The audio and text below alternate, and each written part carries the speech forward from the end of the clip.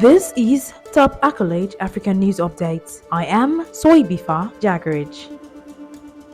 Authorities in Somalia have banned face masks in the capital, Mogadishu, due to security concerns. The spokesperson of the Mogadishu administration, Salah Dheere, said that face masks are being used by criminals to hide their identity and carry out illegal activity. The masks were widely used during the COVID-19 pandemic. Authorities also outlawed wearing of hats and carrying weapons in public transports. But traditional sunnah hats worn by elders are exempt from the ban. The decision was made during a recent security meeting in Mogadishu, chaired by President Hassan Sheikh Mohamud. Somalia has been plagued by insecurity for years, with the main threats emanating from the Al-Shabaab militant group. The Al-Qaeda affiliated group has stepped up attacks in a show of resurgence since President Mohamud's government launched an offensive against the group in August 2022.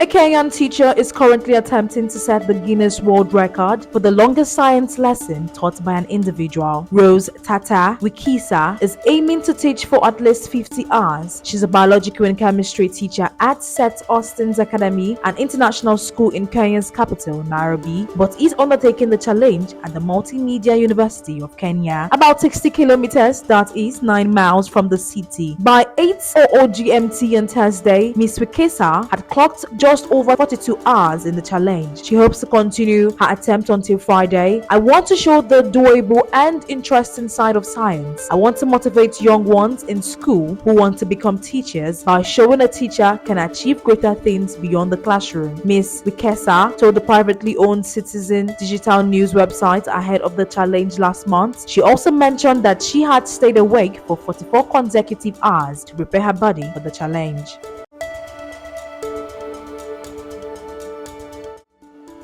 Nigeria's Power Minister Adebayo Adelabu has said the country can no longer sustain the power subsidy. Mr. Adelabu said that subsidizing the cost of electricity had resulted in the government owing a debt of 1.3 trillion naira, that is $857 million, power generating companies, and an additional $1.3 billion to gas companies, local media reported. The minister added that Nigeria has allocated 450 billion naira to electricity subsidies this year, but findings shows that the subsidies could end up costing 2.9 trillion naira. Earlier this month, the International Monetary Fund (IMF) advised Nigeria to remove the electricity subsidy in order to restore economic stability, but some Nigerians fear that the subsidy removal would worsen economic hardship. The Western African country is currently experiencing a cost of living crisis, with many struggling to survive. In May last year, President Bola Tinubu removed the fuel subsidy, which had been in place for decades and kept the price of petroleum products low. The move led to an increase of up to 200% in fuel prices and had a knock-on effect on the economy, increasing the prices of food and other necessities.